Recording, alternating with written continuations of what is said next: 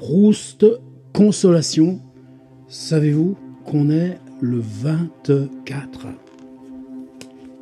Je m'équipe. Alors la dernière fois, on avait parlé de ce texte qui s'appelle Journée de lecture. Et vous savez, ce truc fractal où il s'agit de faire une préface à un texte de Ruskin qui lui-même a une conférence sur ses pratiques de lecture. Proust développe ça. Alors j'ai le droit moi aussi de parler de comment j'ai lu Proust ou comment je ne l'ai pas lu. Balzac, Dostoïevski, tout ça, j'ai eu une grande chance. C'était dès le collège Stendhal, lycée pour Balzac, etc. Dickens aussi, qui a beaucoup compté. Et quand j'ai rembrayé, il y a Kafka qui a fait le lien. Kafka, je crois que c'est le dernier auteur que j'ai découvert. Immense choc en classe de première, et par lequel, 6 ans plus tard environ, j'ai rattaqué. Et cette fois, c'était pas pour arrêter. Alors évidemment, je savais que Proust était sur la route. J'avais Faulkner, ça y était. Il y a Céline qui a énormément déclenché. C'est Céline qui m'a décomplexé pour attaquer du matériau, j'allais dire, séculier, l'oral. Claude Simon, je suis rentré là-dedans comme de nager dans de l'eau qui vous emmène dans des trucs. Ça allait tout seul. Et au milieu, forcément, il y avait Proust. Alors j'ai acheté les 3 tomes de La Recherche du temps perdu, l'édition Clarac de 1954, en 3 volumes, celle que Jean-Yves Tadier a refaite plus tard en 5 volumes, ce qui m'a énormément perturbé. Vous voyez, c'est même moi qui ai recouvert, à l'époque je faisait bien de vraies couvertures avec des petits scotch, etc. Il fallait y être jeune. Et je traînais ça dans mon sac. J'allais à l'usine, j'ai un souvenir comme ça, à l'usine de Vitry. Qu'est-ce que tu lis? C'est quoi ce machin-là dans ton sac? Il l'ouvre, il commence à lire au hasard. Ah, dis donc, ma réputation, elle a souffert. Mais moi, j'essayais. Mais qu'est-ce qu'ils y trouvent à leur Proust? J'avais pas la clé. Et ça, c'était... Bon, je vous dis, ça a duré 2 ans, pas en continu, mais j'essayais. Et puis, c'était février 1979. Ah, ça vaut le coup que je raconte, sinon si je raconte pas un peu mes histoires. L'année précédente, j'avais passé 4 mois à Bombay à installer une machine à souder par faisceau d'électrons dans un centre nucléaire, Bhabha Atomic Center, le premier équipement nucléaire en Inde. C'était un peu de la triche, ils avaient acheté des plans au Canada, des pièces en Russie, parce qu'on n'a pas le droit de fabriquer du nucléaire comme ça. Et puis, nous, Français, on amenait l'électronique. Ça s'était bien passé. C'est l'année où j'ai découvert le Népal. Tout ça. Et puis, 4 mois à Bombay, ça vous change. C'est un petit peu comme ce qui se passe en même temps. Je pense qu'après, on ne peut pas remettre les pieds dans les mêmes traces. Et puis, 1 an après, alors que moi, j'étais sur une machine qui n'avait rien à voir, qui devait partir en Chine, voilà que les avocats du Bhabha Atomic Research Center avait trouvé dans le contrat de vente de la machine qu'on pouvait traverser des métaux de 10 cm d'épaisseur, mais aussi qu'on pouvait souder à, disons, à 80 cm minute. Alors évidemment, si vous êtes sur des tôles extrêmement fines, à ce moment-là, vous avez soudé à faible puissance et très vite. Et puis, si vous avez à souder, par exemple, une coque de sous-marin, je fais ça aussi, bien, là, c'est très épais, et donc vous allez aller très, très lentement. Eh oui, mais si vous lisiez le contrat, il n'y avait rien qui empêchait, et c'est ce que nous disait le partenaire indien, que la machine pouvait souder une tôle de 10 cm d'épaisseur à 80 cm seconde. Ce qui était évidemment totalement absurde, il le savait. On le savait. Alors, comment qu'on a répondu? Française, Enfin, moi, c'était pas moi, j'étais l'exécutant, j'étais pas... On vous envoie un technicien, le même qu'a monté la machine. J'étais pas ingénieur, il m'avait viré de l'école d'ingénieur. Et puis lui, il va vous souder une tôle de 10 cm à 80 cm seconde. Ah, et comment je fais, patron? Eh bien, il y avait une autre clause. Mais elle était discrète, elle était un peu plus loin. C'était au client de fournir les échantillons. Et vous avez ça, vous, chez vous, des tôles de 10 cm d'épaisseur? Et puis il se débrouille. Donc il y avait pile 4 semaines pour réaliser. Donc j'arrive à Bombay, Je reprends ma petite chambre, tout en haut, dans une espèce de résidence étudiante là, qu'on me donnait. J'aimais beaucoup. C'est à l'écart de Bombay, c'est à la racine de la presqu'île. Et puis, le matin, j'arrive au Baba Atomic Research Center, tout frais, tout neuf. Chers amis, nous allons souder notre tôle de 10 cm à 80 cm/seconde. Où est la tôle? Ils n'y avaient pas pensé. Tchoung, tchoung. Eh ben, vous l'avez pas, je retourne chez moi. Et puis, le lendemain matin, je reviens. Elles sont à Calcutta. On a réussi à les obtenir. Elles arrivent. Et là, on savait que c'était gagné. Parce que les transports en Inde, eh ben, croyez-le si vous voulez. Pendant 1 mois, je suis venu tous les matins au Baba Atomic Research Center. Oh, il y avait toujours des trucs à faire, hein, des bricolos sur la machine. Eux, ils étaient en train de monter leur réacteur nucléaire. Puis, de toute façon, on discutait. Moi, j'avais aussi mes cours de sitar, etc. Mais c'est seulement la 4e semaine, tout à la fin, l'avant-veille de mon départ, qui me disent « Elles sont là, les tôles ». Ben ouais, mais désolé, j'ai pas le temps. Et voilà comment ça s'est fait. Alors, quel rapport avec Proust? Vous me direz, eh bien, ce mois de février 1979, à Roissy, l'avion partait vers 21h pour pas arriver à Bombay, à Mumbai, maintenant on dit vers 7h du matin. Eh bien, à peine j'étais assis dans l'avion que j'ouvrais mon Proust. Longtemps, je me suis couché de bonne heure. Et qu'en arrivant à Bombay, après 10 heures de vol, j'en avais déjà lu un quart. Et puis que tous les matins, pendant 1 mois, j'ai lu mon Proust. Le 3e tome, je l'ai terminé le jour où arrivaient ces fichues tôles. Voilà comment j'ai lu Proust à Bombay. Bon, si c'est pour faire des machins comme ça vaut pas le coup que vous veniez. Donc, mais ça s'est enchaîné pour moi parce que là, tu sais, donc ces chroniques, là, c'est pas que j'y vais au petit bonheur la chance, c'est que je me refais mon histoire Proust à mesure que je passe d'une image à l'autre. Et par exemple, ces histoires de journée de lecture, là, 48 heures après, ça vous travaille. Et je me souviens qu'une page, dans le début de la recherche, alors Combray, évidemment, cette fois-là, waouh, j'étais rentré, ça marchait tout seul avec toutes ces résonances. Et puis bon, je crois que 40 ans après, je crois que j'ai fait 3 cycles complets. Puis bien sûr, les incursions plus ponctuelles. C'est-à-dire, c'est des livres, on vit avec. Combray, j'étais pas si déboussolé que ça. Ça restait quelque chose, bon, des personnages, mais une maison, il y a du mystère et tout. Il y a ces 2 promenades. Moi, j'ai découvert le Grand Maune en 6e. Je crois que toute ma vie, j'ai relu le Grand Maune 1 fois par an. Donc ça me déboussolait pas tellement. C'était un magnifique objet littéraire. Mais j'arrive dans Swann. Et puis très vite, dans Swann, vous savez qu'il y a la soirée chez les Verdurins. Et puis là, tout d'un coup, événement considérable de la recherche, puisque c'est comme ça, comme de la même façon que Bergotte amène la littérature, qu'Elstir amène la peinture, Vinteuil amène sa sonate. Si on écoute la sonate de Franck, on a une idée de ce que pouvait être cette musique. Moi, je crois que j'écoute beaucoup, quand je pense à Proust, les préludes de Chopin. Et en particulier, je crois que c'est le 4e, un petit prélude en ré qui dure 42 secondes. Oh, quelle merveille. Pour moi, c'est l'incarnation même des 3000 pages de Proust, c'est ces 40 secondes de Chopin. Eh bien, je lis cette page.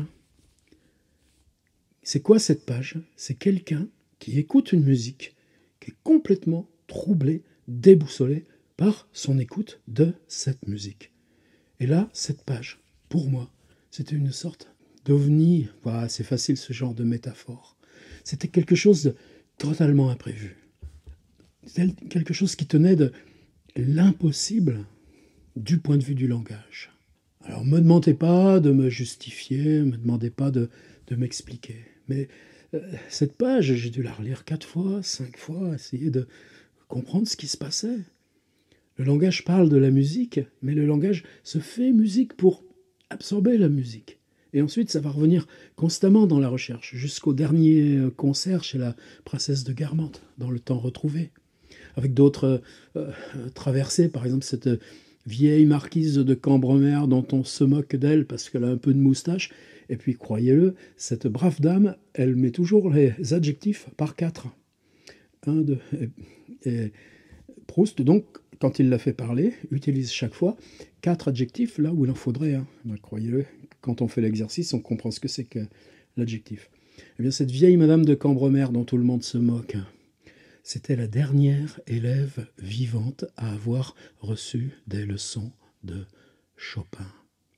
Et là encore, tout d'un coup, dans la recherche, vous avez une sorte de ces galeries magiques où on est en apesanteur. Alors ce soir, je ne vais pas prendre mon Proust Quarto. J'ai repris cette vieille édition en 3 tomes de Clarac. Alors évidemment, quand j'ai besoin de travailler, de relire, je sais que l'édition Tadier en 5 volumes, tous les trucs de ponctuation, c'est précis, la collation sur les manuscrits, tout est impeccable. Donc pour moi, c'est un outil de travail évidemment essentiel. C'est le première édition.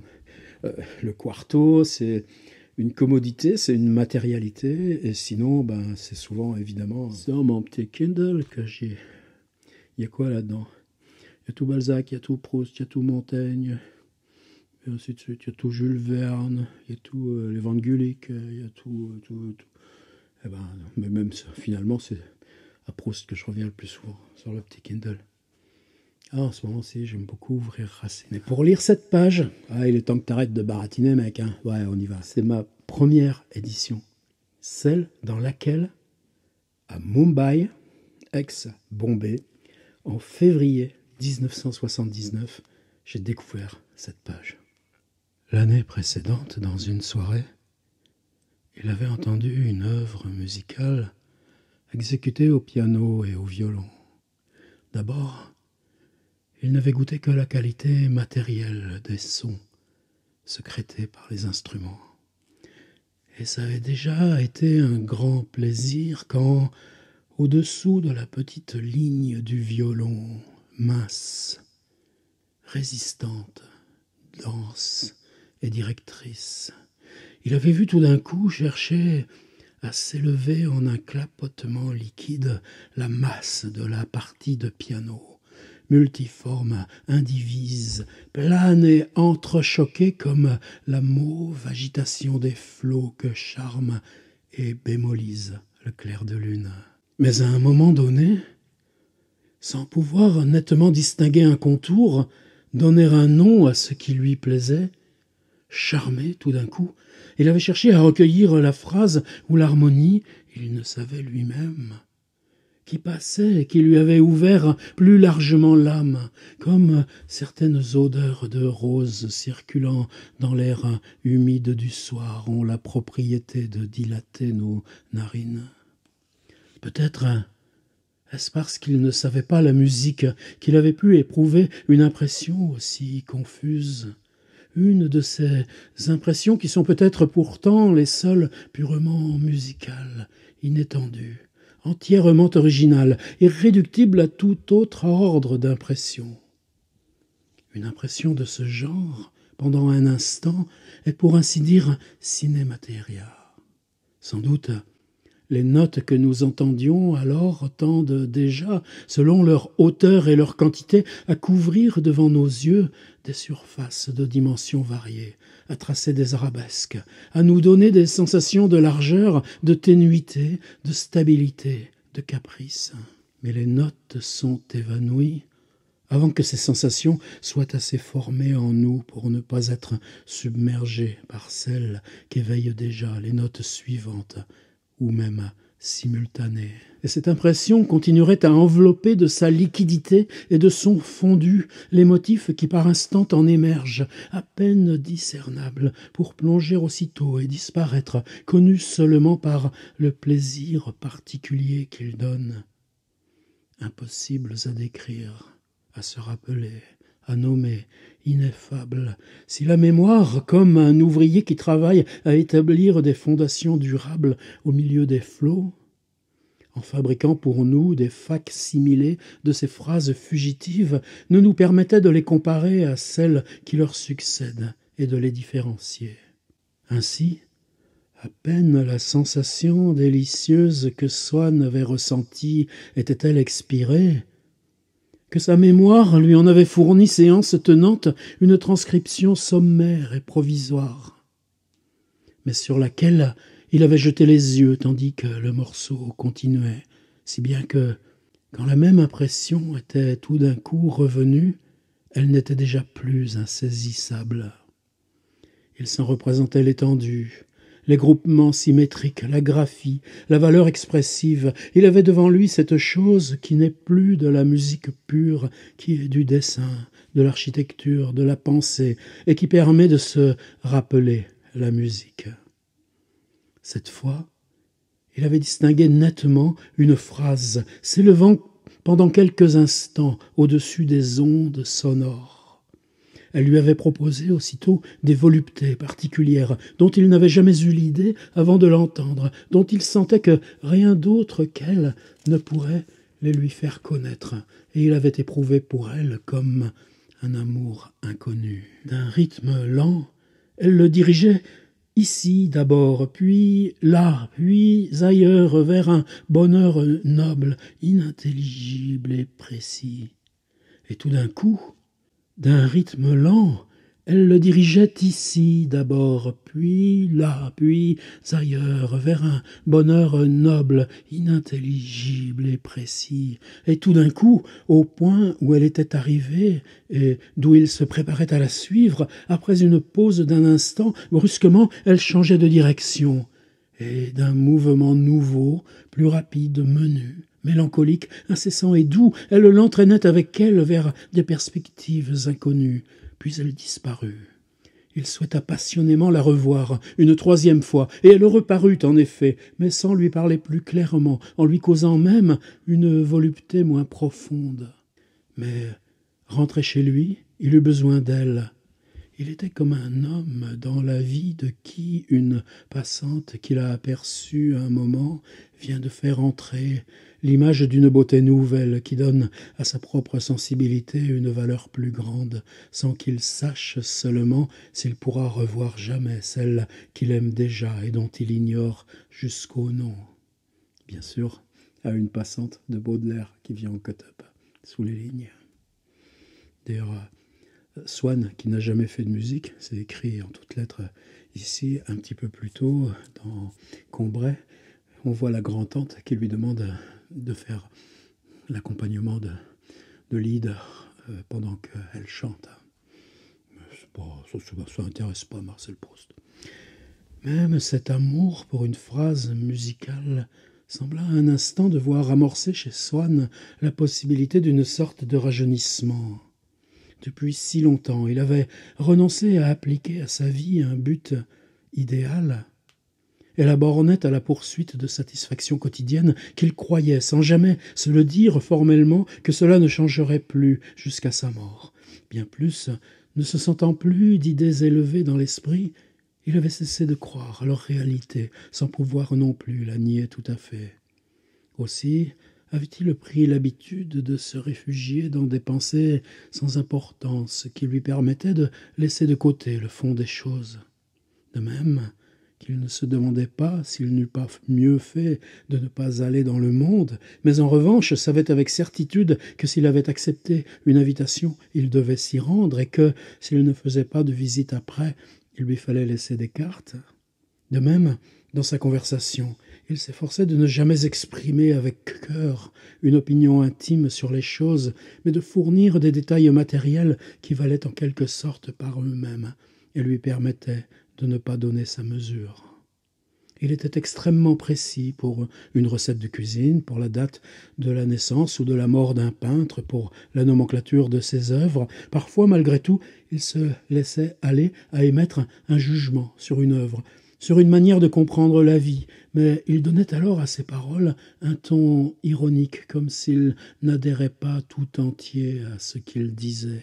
Or, comme certains valétudinaires chez qui, tout d'un coup, un pays où ils sont arrivés, un régime différent, quelquefois une évolution organique, spontanée et mystérieuse, semble amener une telle régression de leur mal qu'ils commencent à envisager la possibilité inespérée de commencer sur le tard une vie toute différente. Swann trouvait en lui, dans le souvenir de la phrase qu'il avait entendue, dans certaines sonates qu'il s'était fait jouer, pour voir s'il ne l'y découvrirait pas, la présence d'une de ces réalités invisibles auxquelles il avait cessé de croire et auxquelles, comme si la musique avait eu sur la sécheresse morale dont il souffrait une sorte d'influence sélective, il se sentait de nouveau le désir et presque la force de consacrer sa vie. Mais n'étant pas arrivé à savoir de qui était l'œuvre qu'il avait entendue, il n'avait pu se la procurer et avait fini par l'oublier. Il avait bien rencontré dans la semaine quelques personnes qui se trouvaient comme lui à cette soirée et les avait interrogées, mais plusieurs étaient arrivées après la musique ou parties avant. Certaines, pourtant, étaient là pendant qu'on l'exécutait, mais étaient allées causer dans un autre salon, et d'autres, restées à écouter, n'avaient pas entendu plus que les premières. Quant au maître de maison, il savait que c'était une œuvre nouvelle que les artistes qu'ils avaient engagés avaient demandé à jouer. Ceux-ci étant partis en tournée, Swann ne put pas en savoir davantage. Il avait bien des amis musiciens, mais tout en se rappelant le plaisir spécial et intraduisible que lui avait fait la phrase. En voyant devant ses yeux les formes qu'elle dessinait, il était pourtant incapable de la leur chanter. Puis il cessa d'y penser.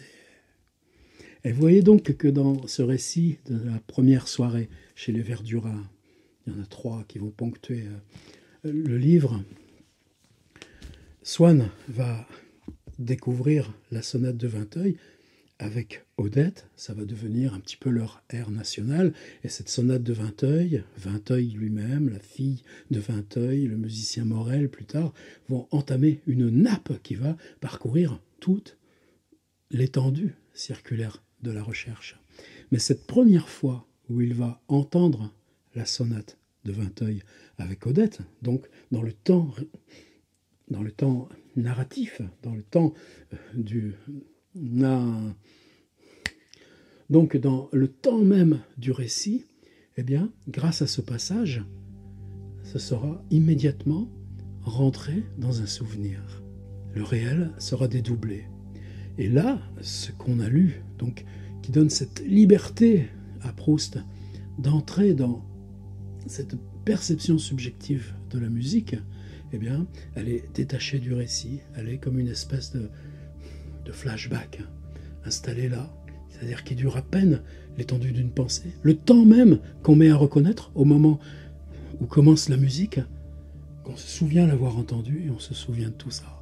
Donc la page est possible parce que Proust l'a débarrassé de la durée. Voilà comment la chance que j'ai eue dans ma biographie, 1979 moins 1953, j'avais 26 ans, figurez-vous, il était quand même temps de s'y mettre, eh bien, c'est d'avoir lu, après 2 ans de blocage, mon Proust en 1 mois. À la prochaine, qui sera la 25.